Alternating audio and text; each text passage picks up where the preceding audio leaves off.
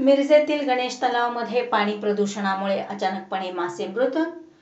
पाणी प्रदूषित झाल्याने 2 दिवसात सुमारे 600 किलो मासे मृत झाल्याचे समोर.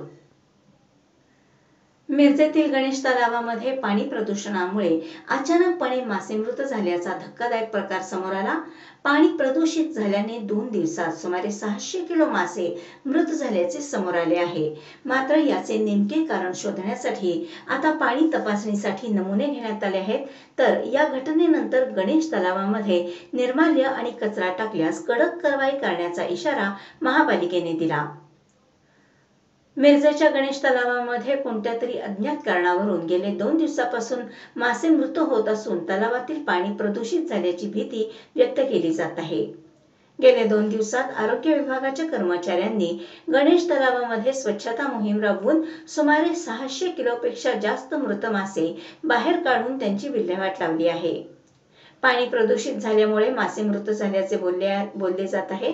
सांगली महापालिका आरोग्य विभागाकडून या घटनेची गंभीर दखल घेण्यात आली असून तलावातील पाण्याचे नमुने तपासणीसाठी प्रयोगशाळेत पाठवण्यात आले आहेत.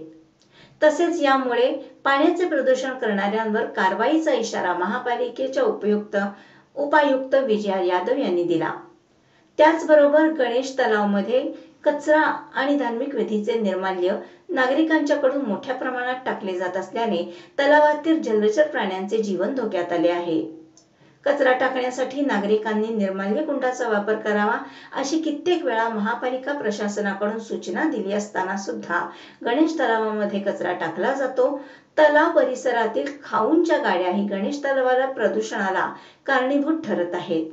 त्यामुळे महापालिका प्रशासन ऍक्शन मोडमध्ये आले असून गणेश तलावामध्ये कचरा अथवा निर्माल्य टाकल्यास कडक कारवाई करण्याचा इशारा उपायुक्त विजया यादव यांनी दिला आहे.